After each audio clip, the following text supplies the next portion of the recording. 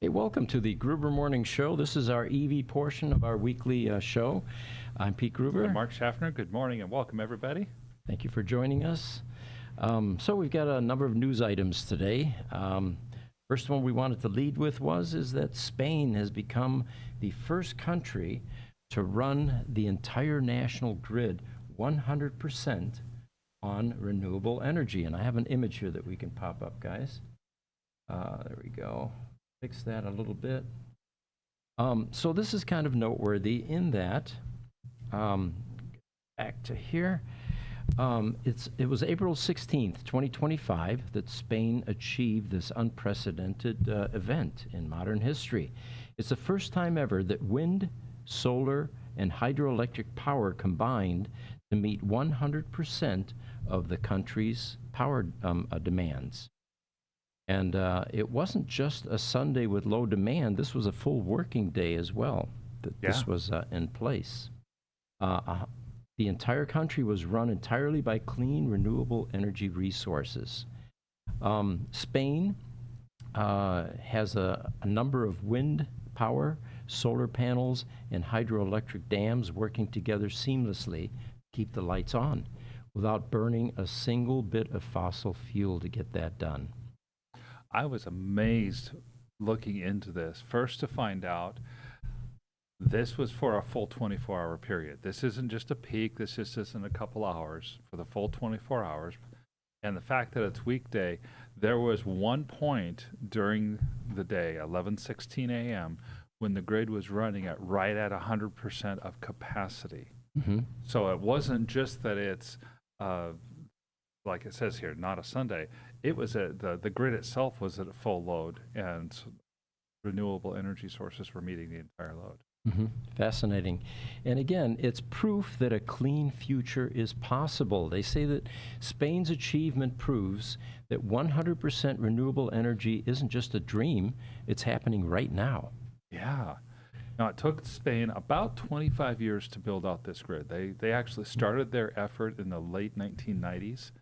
And began moving toward renewable energy sources, kind of at the very beginning of the solar age. And it took them about 25 years. It's taken them a little over 100 billion euros just to build out the renewable energy capabilities, and several billion more to do the interconnection and battery storage systems and things like that. Mm-hmm. I'm impressed. Yeah, definitely. And once the transition is made, it will be a seamless continuation of clean energy in Spain.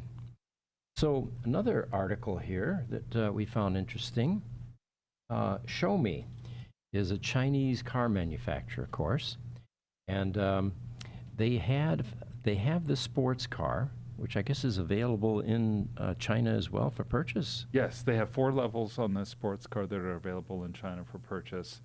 I'll get into the pricing in a minute. Okay, all right. So this is a stripped-down Xiaomi SU7 Ultra prototype, which has lapped Germany's Nordschleife track, the Nürburgring track, or Ring is probably an easier way for us to pronounce that, yes. Right? All right. It did the Ring in 6 minutes and 22 seconds. Now, anything below 7 minutes is pretty darn impressive with this track, and this is the second time that this car has run the track, and it beat its previous time by 24 seconds, and it also became the fastest lap ever recorded by any production-based EV at the track. So it made some history. It's a tri-power or a tri-motor prototype, produces 1,548 horsepower. It's 0 to 62 in 1.98 seconds, like it says, just under 2 seconds. It does use racing slicks and a full roll cage for this record-setting run. And it places it just a bit behind 3 other legendary cars in the Ring's history. To mark this milestone, Xiaomi is releasing a limited number of SU7 edition, Ring editions they call them, with carbon aero parts, Sparkle racing seats, and track spec hardware. If you want one, only 100 units are going to be made available. And what are they priced at? $114,000. Right. for the track edition, Mm-hmm. which we just gave specs that the only cars that are in this class are $1 million cars. Right. The Xiaomi SU7 Ultra, which is their high-end, that's their highest tier car, can be purchased in China for an MSRP value of $73,000. Wow. Wow, no wonder Ferrari is putting off its EV plans that like we were talking about last week. Yeah. And no wonder Lamborghini is going into the crossover space and starting to make grocery getters. Yeah. How can they compete with something like this at this price? You know, in 2008, I was pretty excited about a Dodge Viper that came out. And this is the ACR edition, American Club Racing, with a gigantic wing on the back. And this car was so successful that Dodge ended up taking it to 26 tracks around the world and beating all of the track records at the time. It also did the ring, or Nürburgring, in Germany, and its lap time was 7 minutes and 22 seconds. In fact, when I bought my Viper, this was mine, by the way, there was a decal on the back window that said ACR Viper 7.22. And you know, anybody that knew anything about this historic event understood that that was the track time that this car was actually able to pull off. Now, this, of course, is not an EV. This was the exact opposite of an electric vehicle. And the reason I bought it was my boys and I were into Mopars. Okay. And there were certain Mopars that had become collectible, the 60s versions, like the Cuda, for example, the Hemi Cuda convertible. Yeah. Sold for $3.5 million at one point because only 11 were made. And anything that had a Hemi engine in it, a larger engine in a Plymouth Roadrunner, a Dodge Charger, even some of the other lower cars in the Mopar lineup. Like the Plymouth Javelin, right? That was... or was that not? No, I'm thinking of a Plymouth? different one. It was the Dodge Dart. Oh, okay, sure, yeah, okay. Which later on became a little family sedan. A horrible change. But anyway, any of these cars, even the Coronet, the Dodge Coronets, if they had a Hemi in them, they became extraordinarily valuable later on in years. Okay. At the time they came out, it was expensive. It was another $800, which for a $3,000 car is pretty steep. Sure. 20% more for that Hemi engine. But anyway, we were convinced that anything that is large displacement would eventually, in the automotive world, become collectible, especially if there were very few of them built. This car had the largest displacement engine in a production car at the time it came out, which was 512 cubic inches. And oh my gosh. yeah, the liters on it were 8.3 liters. So I mean, most cars are 2 liter, maybe 3. Oh that yeah. sort of thing. Oh yeah. Even your, I think Aaron drives an F350 turbo diesel with a 6.7 liter engine, Which is big for a truck, right? Yeah. So it was a V10, by the way, and the pistons were the size of soup cans, fairly large in this car. But it did that 7 minutes and 22 seconds without all-wheel drive. It was a rear-wheel drive vehicle. And I forget the tires that I had on mine. They were 33 centimeters. They were fairly wide. Okay. But so things have come a long way. Now we have EVs that are breaking these records. The cost of this car at the time it came out was in the $90,000 to $100,000 range. The later versions, like the Voodoo, they called it, which was a over-the-top ACR Viper with some more, wind tunnel type additions to make it more aerodynamic, could be in the $150,000 range. So to have this Xiaomi car at $114,000 is just a remarkable transition. And then, of course, you just wonder whether this is going to be collectible. They've limited it to 100 units to be made in this aero configuration. That right there is going to eventually make that particular car collectible. Mm-hmm. Totally. So, let's see what else we have here. Jim Farley's back in the news, and let's see if I have the article here to share with you. No, I guess I don't, so I'll read it to you. Ford CEO, it says, favors Waymo's LiDAR approach over Tesla's vision only for self-driving. And this was in an interview speaking with Walter Isaacson. Walter Isaacson was the author that did Musk's biography. Okay. Just recently. And so his comments about Tesla and Waymo's self-driving system, some comparisons are that he said that Farley preferred LiDAR. Farley said, this is a quote, to us, Waymo, he said that though he stated that both Tesla and Waymo have these kinds of full self-driving tools, that the LiDAR is definitely something that is more preferred. I'm kind of in a word salad here, so let me see if I can get out of that. Well, let me, I'll add to the salad a little bit. All right. There's a holy grail, a holy trinity almost in engineering circles for self-driving. It's the LiDAR plus just a standard radar plus cameras. The Waymo vehicles have 5 LiDAR units, that's the little spinny things on the top. It has at least 2 radar units on the 2 front corners of the car, and it has 40 cameras in its full system. Yeah. So it's an engineering marvel, but it's very expensive. Right. What did we calculate the last time those 5 were burning in Los Angeles? It was close to $100,000 for figured. Per car Per for car. all of the full self-driving tools. Yeah, the Jaguar that the car that the Waymo vehicle is built on, they figured that's about a $75,000 or $80,000 car, and then all the extra electronics was $1,000. And there's no question, the engineers are right. It's completely safe, or as safe as it's going to be.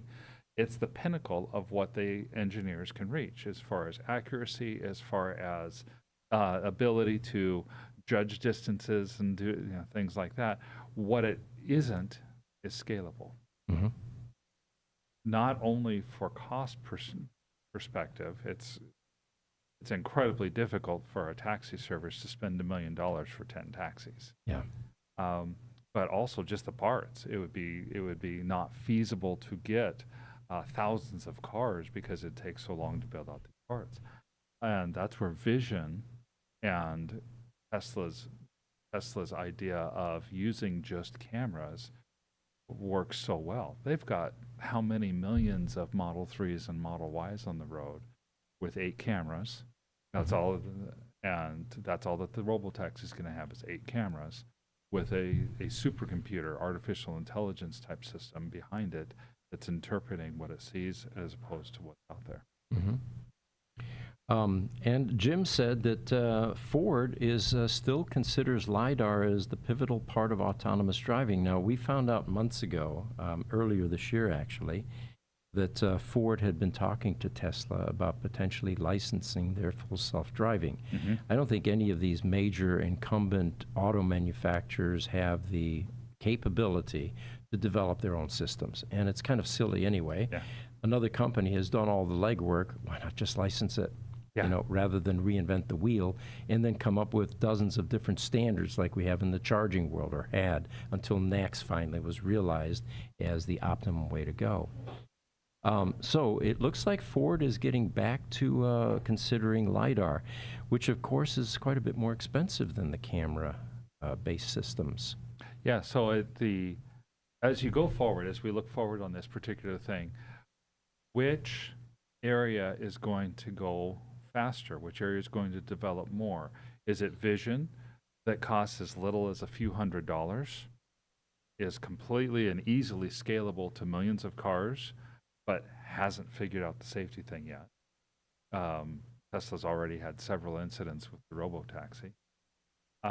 Or is it LiDAR coming down in price, where they've met or seem to be close to meeting the safety goals, but it's incredibly complex and expensive to put in place?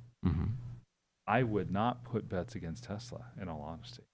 Well, according to Musk, he's maintained that Tesla's vision-only approach will ultimately prove safer and more cost-effective in the long term. Yeah, I like the comment that I heard, read about from Musk. He's like, look, when you're driving down a road, you're using your eyes. So ultimately, roads are meant for humans with eyes. Why can't we just do cameras and do the thing? Yeah.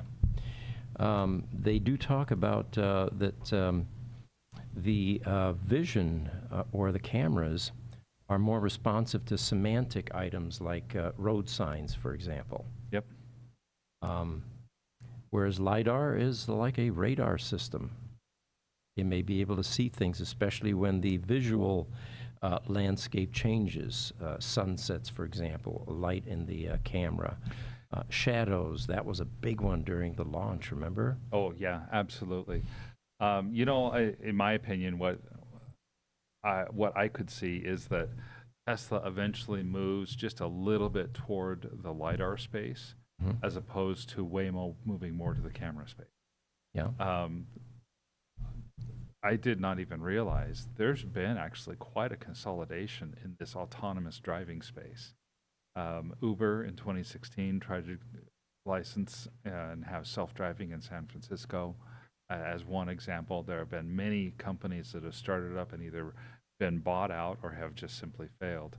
Waymo is one of the last ones standing.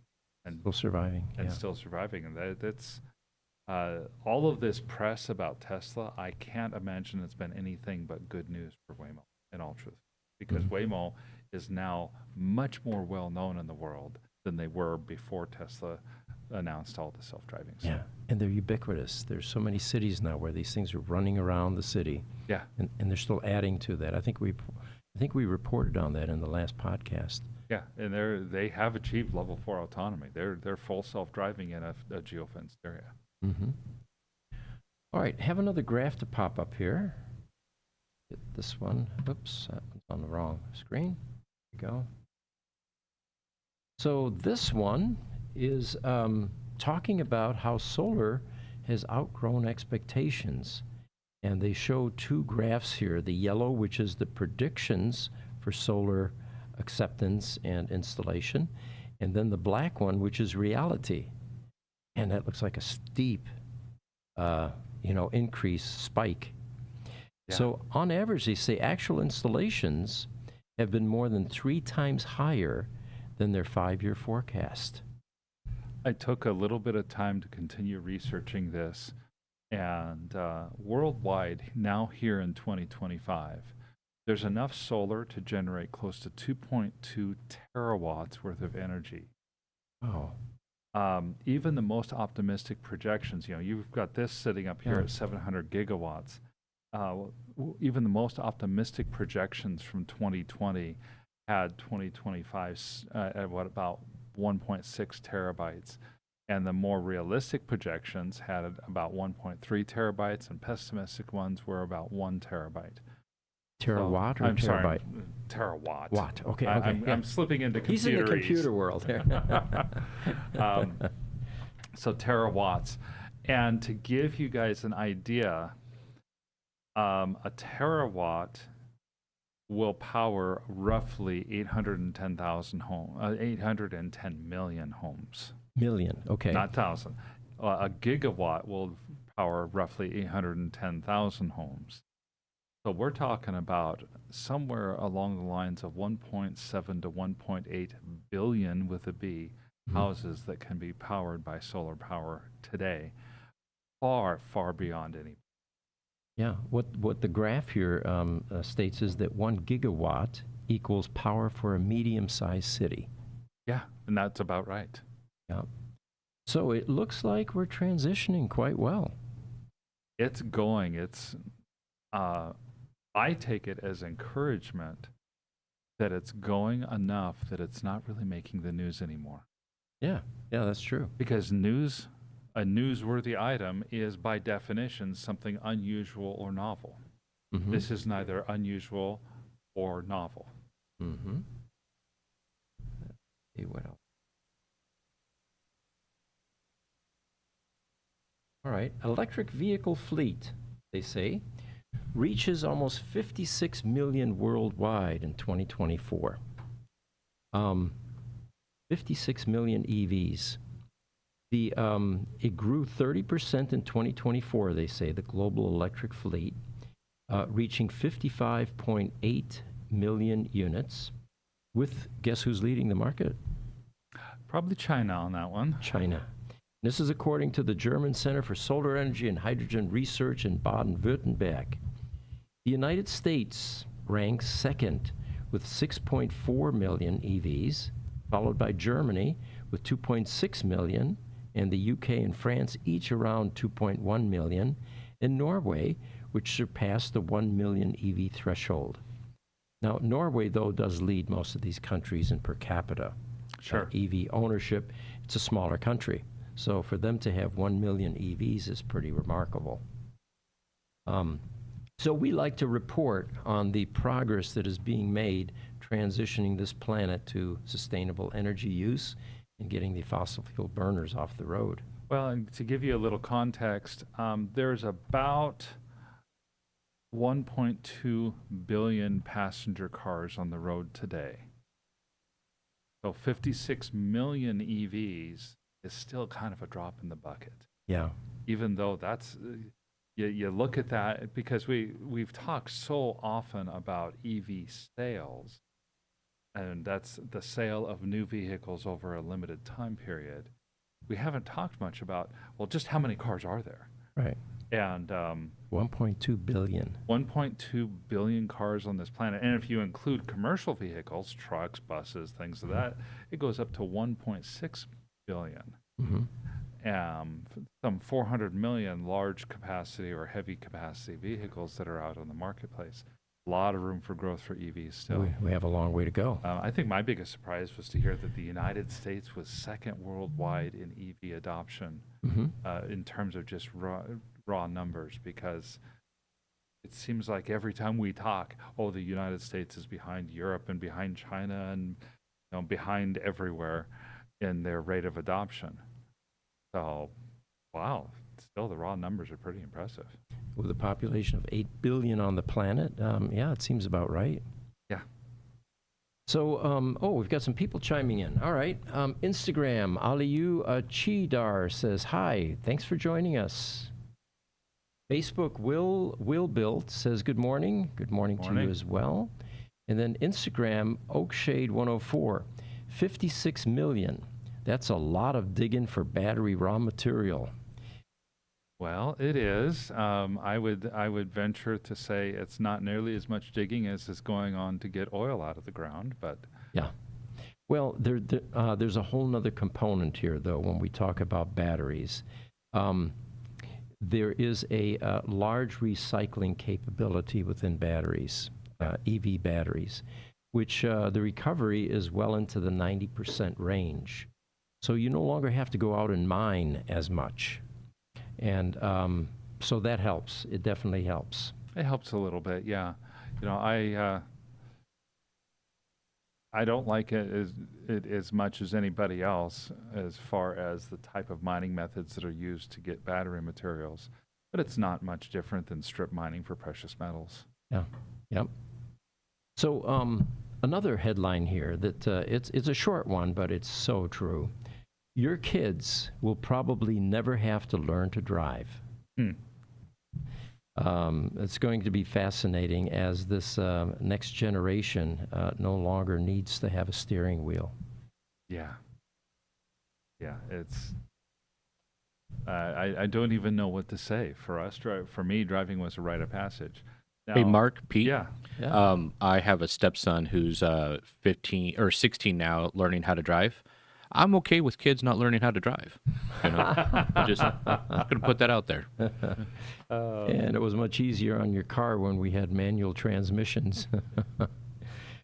So here's an interesting article. Got another picture here. Here's how to avoid Tesla Supercharger idle fees. Now, what is this all about? Well, it turns out that Tesla began to address the issue of people using supercharger stalls as parking places. And Elon was pretty pointed at one time here. He was talking about the San Mateo Supercharger in California. And I quote, "The San Mateo Supercharger is always full of idiots who leave their Tesla for hours even if it's already charged." Basically using it as a parking spot. Sure. And which, of course, shortchanges all the people that legitimately need to charge. Well, the Tesla Supercharger is the envy of the entire automotive industry. It's extensive, it's reliable, and it's seamless. But Tesla knows that they can lose a lot of money if they leave their cars or if they leave the cars parked there. So what they did was they put in place a fee for what they call the idle fee. And I was surprised at the amount that they're charging for this, Mark. It depends on the capacity of the supercharger stations. At 50%, the cost per minute for an idle fee, once you're done charging, the software realizes that and it begins to charge, is 50 cents per minute. Yeah, that's no joke. That's no joke, no. Especially if you're going to leave it there for 8 hours, while you're at work. Oh, heck yeah. But it gets even worse. If that supercharger is at 100% capacity, the fee doubles. So it's $1 a minute. $60 an hour times 8. Ooh. Almost $500. And if you don't pay it, your supercharging goes away because that's a charge on your supercharger bill. Yes. Until it's relieved. Yes.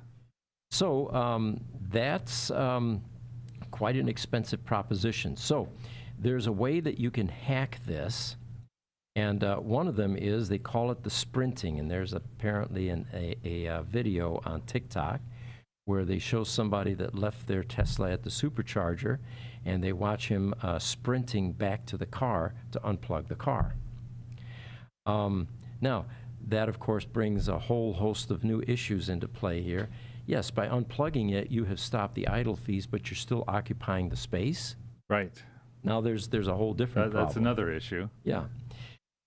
There is a legitimate hack, though, that you can do, and they talk about this.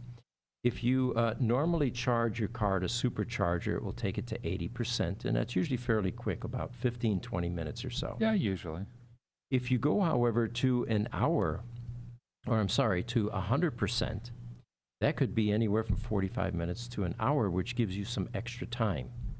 Right. Now, of course, they also say in this article that it's not recommended because it will degrade your battery. But you had some inputs there. There's always new information. Yeah, we've talked about that before. We've seen the empirical research that's been published about battery charging in supercharger environments. And the long story short, if you remember, is that the engineering done to help make sure that these batteries are maintained and cool has been robust, is probably a good word for it. Over the top might even be acceptable. The bottom line is there's no degradation to the battery. Mm-hmm. You might see degradation if you're constantly charging your battery to 100%, although with newer lithium iron phosphate batteries, even that's not a case. They're actually recommended to charge to 100%. But your older lithium ion batteries, yeah, you get above 90%, but that has nothing to do with supercharging and has everything to do with just the chemistry of the battery itself. Mm-hmm. So remember, charging between 80 to 100% slows it way down. And they say keep this trick in your back pocket when you need it, but in general, if you plug in a supercharger, plan to come and get it when it's ready, no matter what. It's going to be a lot cheaper for you. I mean, the easiest thing to do is just plan on leaving your car there for no more than about a half hour. Mm-hmm. And as one of the people in the article here said that he usually doesn't leave his car when it's supercharging. He stays with the car. Yeah. You know, a lot of people do that. Mm-hmm. Instagram, Oakshay104 says, at least Europe had a defined standard to charge. Yep, we had a proliferation here for a while. Yes. Instagram, Oakshay104 also says, so if young kids no longer drive, does it mean cheaper insurance rates? LOL. You know, I was talking to my insurance agent for the company this last week. Mm-hmm. And he said insurance agencies are kind of like gas stations. If the cost goes up, they will raise the rates immediately. Right, If the cost goes down, they try to not drop the rates right, right. because that's when they take their profit. The oil companies are the same way. Oh, yeah, totally. It kind of reminds me of Home Depot. If you go into the copper pipe section, and, copper, spot copper varies. Of in, course. Cost. The instant spot copper begins to move. All of that copper that's sitting in their inventory moves up. Well, they bought it at the old rate, right? Yes. You would think that in fairness they might extend that, but they don't. No. And then, like you said, when it comes back down, those prices remain up there a long time until competition forces them to do something. Well, and the whole excuse that they'll give is, well, spot copper rates were really high 3 months ago when we were manufacturing this. Right. All right. Here's another good article. Got an image here. I love the title on this one. Another dumb electrical code change could ban do-it-yourself EV charger installs. Well, the long and short of it is the cities and all the municipalities would love for homeowners to always pull a permit whenever they're doing anything to their home because that's how they feed their revenue-hungry machine. Right. And there are inspectors that are driving around in pickup trucks and that are going from site to site, and there's salaries involved and all of that, right? Well, it gets really silly at times. Technically, you can't even change an outlet in your house without going down to City Hall, pulling a permit, giving them plans and drawings for what you're going to do, and then hiring a licensed electrician, even though you may be eminently qualified to do that work yourself and do a better job than the electrician. Oh, yeah. In my case, for example. Then you have to have the inspector come out, and they're always busy, so it's at least 2 weeks. And then if they come out, they may green tag your project or red tag it, which Right. means that you failed.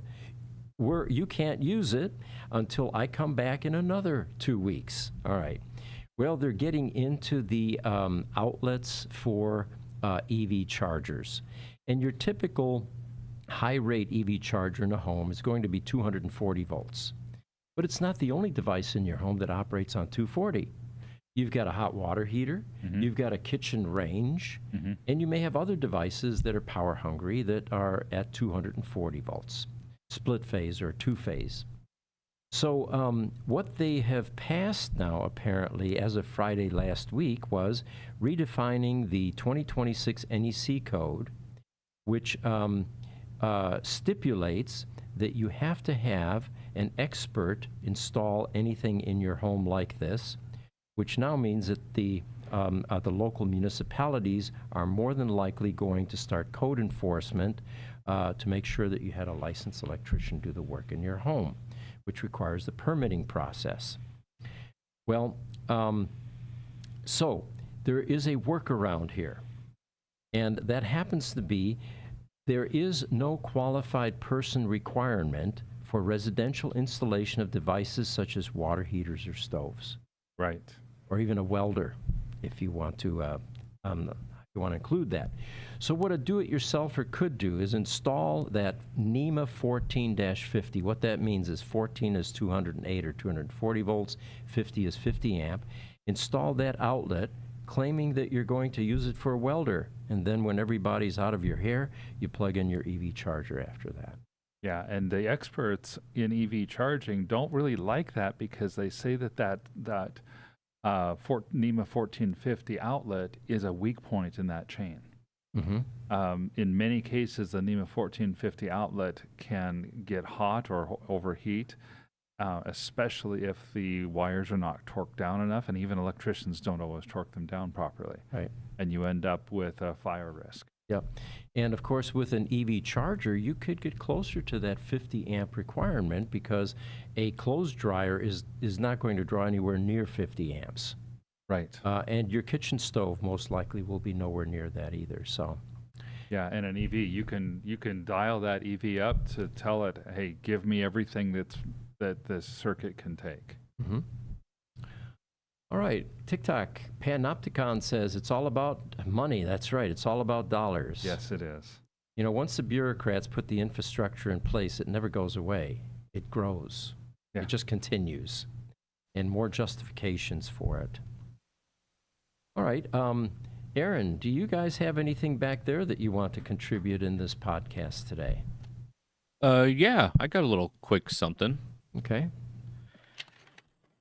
So what I got going on, in fact, I actually have a folder, if you want to pull up. I will do it. It's actually about the Le Mans that went on a couple weeks ago. Okay. So I don't know if you know the history, but Ferrari decided to drop out like around 1973 to focus on other races. And so they decided to come back 3 years ago for the first time. And since then, they have won 3 in a row. So they are 3 for 3 since they've come back to Le Mans. I've got an image up there, Jesse. Yeah, so this is just a little video I clipped together. You could see them starting the race right here. But if you're not familiar with this, this is like a 24-hour race, and they have like 3 drivers that alternate throughout the 24-hour period. But you can see how close they get. And I mean, these guys, what's cool about these cars is that they're hybrids.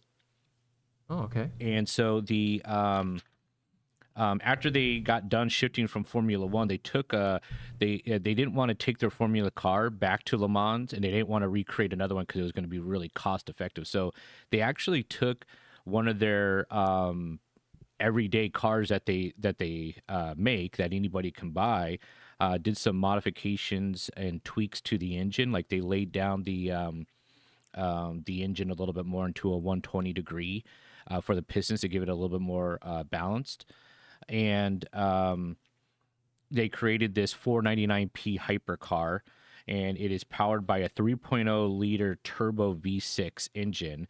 And it also has, let's see if I can read my notes here, 680 horsepower from this engine. And then they also have a hybrid electric motor by VASA. I think that's how you pronounce it, VASA.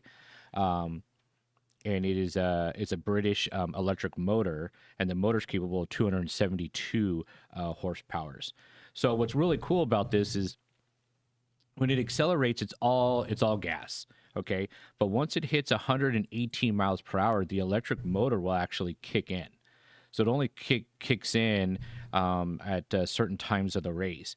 And what's neat about it is that when he slows down, it regens. And so it stays pretty much max capacity on the battery all the time. So every time, like you see the brake lights here, every time they slows down, it's regenning. Every time, yeah. And then the engine kicks in. So when it gets into straightaway, it kicks into basically like an all-wheel drive, you know?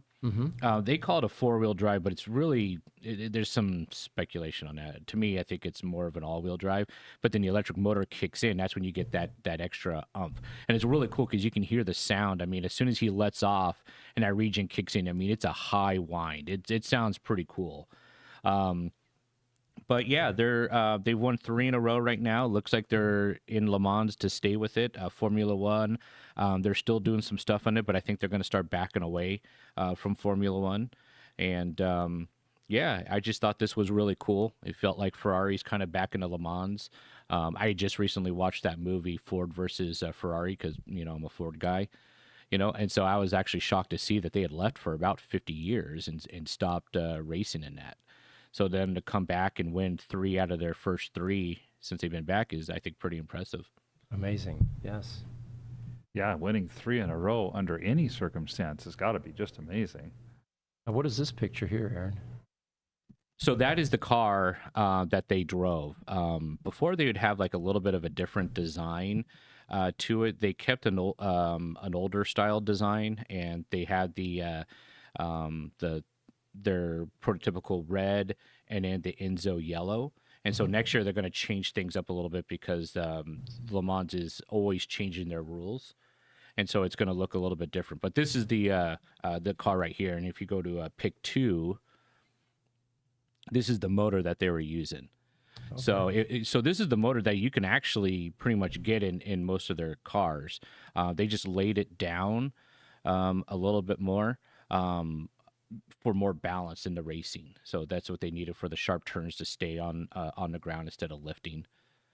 Gotcha. Yep. So there's more of the motor right there. And this thing, is up to 1,000 horsepower. Wow. So, yeah. Yeah, this is a thing- picture of a V8 right here. Yeah. Yep. And then that's how, and then this one right here is, you can see the motors all in the back, see. the rear wheel drive. And then once you hit 118 miles an hour is when the electric kicks in, and then it turns into like an all wheel drive right there. Fascinating. Yeah. That's pretty cool. And then that, I just thought that was a cool picture of the steering wheel and everything inside. Yeah. It's like a cockpit. So, yeah. So Ferrari's back in Le Mans. It's kind of cool. Very much so. Yes. Well, Cass, do you have anything for us? I do, but we're already at 41, so Okay. we'll save that one for later. We'll save it till next week. TikTok Panopticon says C10 certified, question mark, question mark. And that's from a couple articles ago, so I'm not Yeah. sure. I think it was on the electrical, Oh, okay. if it We're- has to be yeah, we're C10 not sure. certified. The requirement for qualified personnel is not well defined. That's one of the main complaints that the organizations that oppose this have had, is that what is a qualified person? They make the assumption that it's a certified electrician, but that's not well defined. And each state has different licensing requirements, and it gets. But it's what bureaucrats do best: obfuscate and confuse. So close out with a Facebook from Will Welbelt. The amount of information I'm receiving is just great. Thank you, guys. Oh, you're more than welcome. We have these podcasts every Tuesday morning. We welcome any comments, and these are posted out on our YouTube channel afterwards. So if you want to review anything, there are date and timelines there. We will see you next week. I'm Pete Gruber. I'm Mark Schaffner. Have a wonderful week and take care.